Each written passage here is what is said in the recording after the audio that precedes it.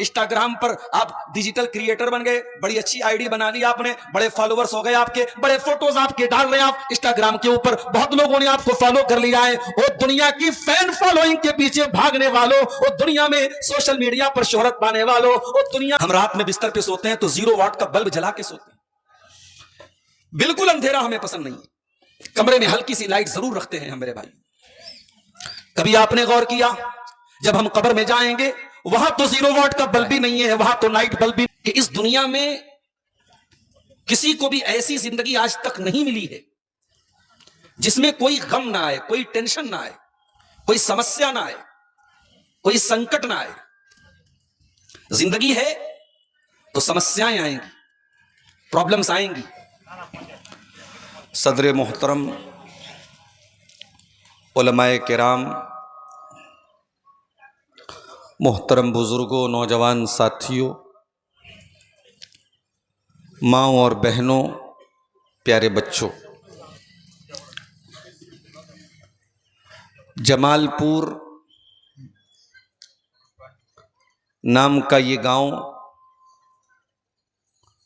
जहां तकरीबन 3 महीना पहले जनवरी की 1 तारीख को भी एक प्रोग्राम मेरा हुआ था, और सख्त सर्दी के बावजूद आप हजरात भी उस प्रोग्राम में आए थे और बहुत अच्छा प्रोग्राम वो हुआ था। आज का ये प्रोग्राम ईद उल फित्र के त्यौहार के फौरन बाद रखा गया, और अल्लाह का शुक्र है कि आज का प्रोग्राम भी बहुत अच्छा चल रहा है। बहुत सुकून के साथ आपने मुझसे पहले भी उलमा को सुना है, इंशाअल्लाह मुझको भी सुनेंगे, और मेरे बाद हम सब के बहुत ही बुजुर्ग और बंगला ज़ुबान के बहुत मशहूर मुक़र्रिर शेख बदरुद्दुजा नदवी हफ़िज़हुल्लाह को भी आप समाअत फरमाएंगे। आज का ये प्रोग्राम मस्जिद की तामीर व तरक्की के लिए हो रहा है। मुझसे पहले जो मौलाना तकरीर कर रहे थे वो आपके सामने मस्जिद के लिए चंदा भी कर रहे थे, अपील भी कर रहे थे। मैं चंदा तो नहीं करूँगा, लेकिन इतना ज़रूर कहूँगा कि आप हजरात भी बढ़ चढ़ करके हिस्सा लें, और तकरीर के ख़त्म होने के बाद लास्ट में आप मेरे ज़रिए भी इस मस्जिद का ज़रूर कुछ ना कुछ ताउन करके जाएं। अल्लाह के घर का मामला है, मस्जिद का मामला है। आप जो भी इस मस्जिद की तामीर में ताउन करेंगे, इंशाअल्लाह वो आखिरत में आपके लिए ज़ख़ीरा बनेगा। आप दुनिया में बहुत सारी जगहों पे पैसा लगाते हैं इन्वेस्टमेंट करने के लिए, कोई सोना खरीदता है, कोई चांदी खरीदता है, कोई ज़मीन खरीद के छोड़ देता है। इन मस्जिदों में दिया जाने वाला हमारा जो भी चंदा है, जो भी ताउन है, दान है, वो आखिरत के लिए इन्वेस्टमेंट है मेरे भाई। दुनिया का इन्वेस्टमेंट कुछ साल हमारे काम आएगा, लेकिन आखिरत में किया जाने वाला इन्वेस्टमेंट परमानेंट होगा, हमेशा हमारे काम आएगा। इसलिए इसको बिल्कुल आप हल्के में मत लीजिए, और बढ़ चढ़ करके जो अल्लाह ने आपको ताकत दी है, हैसियत दी है, आप ज़रूर इसमें हिस्सा लीजिए। अल्लाह से दुआ है रब्बुल आलमीन हमें अपने इस घर की तामीर व तरक्की में हिस्सा लेने की तौफीक अता फरमाए, आमीन। मेरे भाइयों, अल्लाह ताला ने इस दुनिया का सिस्टम ऐसा बनाया है, इस दुनिया का निज़ाम ऐसा बनाया है कि इस दुनिया में किसी को भी ऐसी जिंदगी आज तक नहीं मिली है जिसमें कोई गम ना आए, कोई टेंशन ना आए, कोई समस्या ना आए, कोई संकट ना आए। जिंदगी है तो समस्याएं आएंगी, प्रॉब्लम्स आएंगी। कोई कितना भी पैसे वाला है, कोई बहुत करोड़पति आदमी है, कभी ना कभी वो भी रोता है, कभी ना कभी उसकी आंखों से भी आंसू आते हैं। खुशी के साथ दुनिया में हजारों गम भी होते हैं। कहीं बजती है शहनाई, कहीं मातम भी होते हैं। वअन्नहु अज़हका व अबका, अल्लाह तबारक व तआला तुम्हें हंसाता भी है, तुम्हें रुलाता भी है। तुम्हारी जिंदगी में खुशी के मौके भी आते हैं, तुम्हारे चेहरे पर मुस्कुराहट भी आती है, तुम अपने बच्चों के साथ, बीवी के साथ इंजॉय भी करते हो। और कभी ऐसा भी होता है कि जिंदगी में तकलीफ आ जाती है, हादसा आ जाता है, एक्सीडेंट हो जाता है, कोई मर जाता है, कोई नुकसान हो जाता है, तुम्हें रोना पड़ जाता है, तुम्हारी आंखों से आंसू बह जाते हैं। वअन्नहु हुवा अज़हका व अबका, अल्लाह की जात ही तुम्हें हंसाती है और अल्लाह ही तुमको रुलाता है।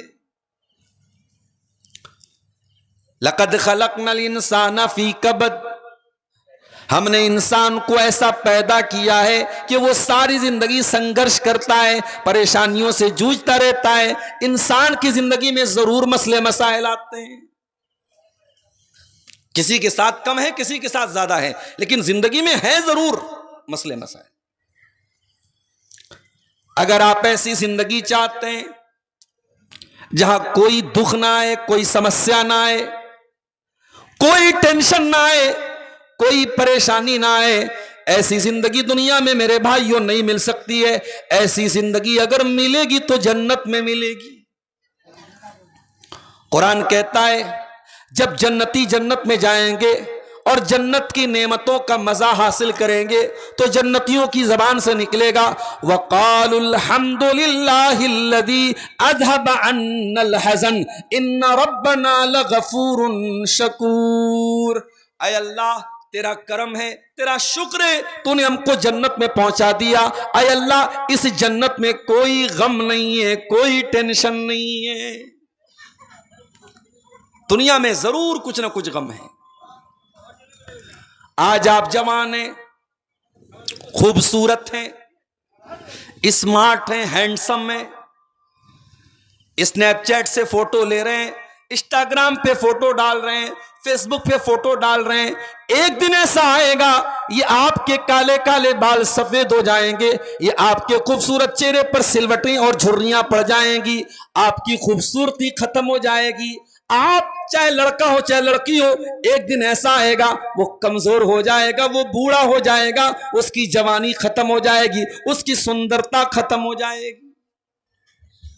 आज बहुत दौलत है आपके पास, बहुत ऊंचे ऊंचे मकानों में आप रहते हैं, बड़ी जायदादें आपके पास है, बड़ी प्रॉपर्टी आपके पास है। एक दिन आएगा जब आपकी रूह आपके बदन से निकल जाएगी, आपकी सांसों की डोर थम जाएगी, आपके दिल की धड़कन बंद हो जाएगी। और जब वो दिन आएगा ये जमीनें, ये जायदादें सब आपके वारिसों की हो जाएंगी और आपको 2 गज जमीन के अंदर दफन कर दिया जाएगा।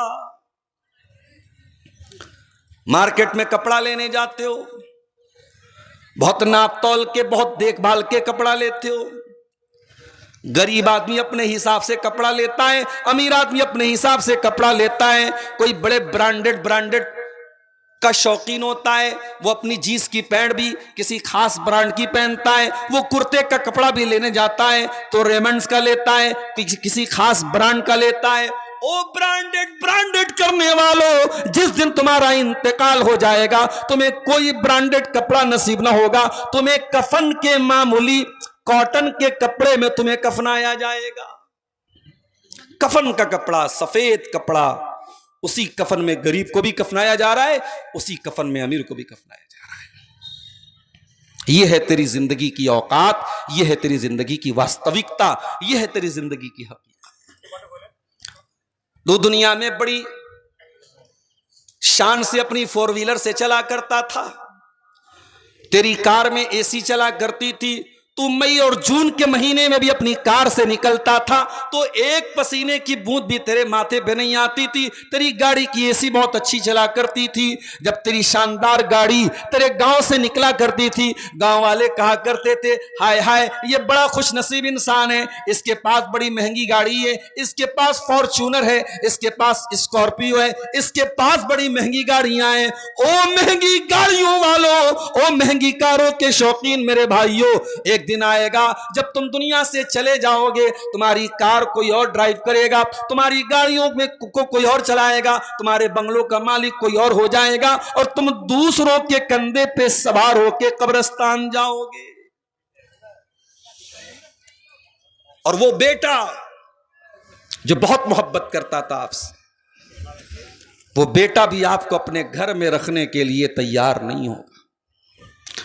वो बीवी जो आपके मरने पर बड़े आंसू बहाएगी, 4 महीने तक इद्दत गुजारेगी, 4 महीना 10 दिन तक, वो बीवी भी 4 महीना इद्दत तो गुजारेगी, आंसू तो बहाएगी, मगर वो बीवी भी ये नहीं कहेगी मेरे शौहर को मेरे साथ रहने दो। वो आपके मरने के बाद सब आपको कब्रिस्तान में अकेला छोड़ के चले जाएंगे।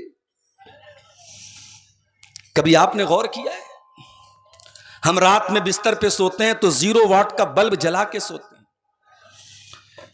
बिल्कुल अंधेरा हमें पसंद नहीं है, कमरे में हल्की सी लाइट जरूर रखते हैं हम मेरे भाई। कभी आपने गौर किया, जब हम कब्र में जाएंगे वहां तो 0 वाट का बल्ब भी नहीं है, वहां तो नाइट बल्ब भी नहीं है, वहां कोई रोशनी अगर मिलेगी तो आपको अपने ईमान से मिलेगी, वहां अगर कोई रोशनी मिलेगी अपने अमल से मिलेगी, अपने किरदार से मिलेगी। फेसबुक पर आपको कितने लोगों ने लाइक किया, वहां इससे कोई मतलब नहीं। इंस्टाग्राम पर आप डिजिटल क्रिएटर बन गए, बड़ी अच्छी आईडी बना ली आपने, बड़े फॉलोअर्स हो गए आपके, बड़े फोटोज आपके डाल रहे हैं आप इंस्टाग्राम के ऊपर, बहुत लोगों ने आपको फॉलो कर लिया है। वो दुनिया की फैन फॉलोइंग के पीछे भागने वालों, वो दुनिया में सोशल मीडिया पर शोहरत पाने वालों, वो दुनिया में सोशल मीडिया के जरिए गंदगी फैलाने वालों और वल्गर फोटो और वीडियो डालने वालों, 4 पैसे तो तुम कमा लोगे, चंद पैसे तो तुम कमा लोगे, लेकिन ये इंस्टाग्राम की आईडी, ये स्नैपचैट की आईडी, ये यूट्यूब का चैनल आपकी कब्र में आपके काम नहीं आएगा। वहां रोशनी मिलेगी तो ईमान से मिलेगी, वहां रोशनी मिलेगी तो अमल से मिलेगी। अकेला छोड़ के सब लोग चले जाएंगे, लोग मिट्टी देने आएंगे, हाथ छोड़ के चले जाएंगे।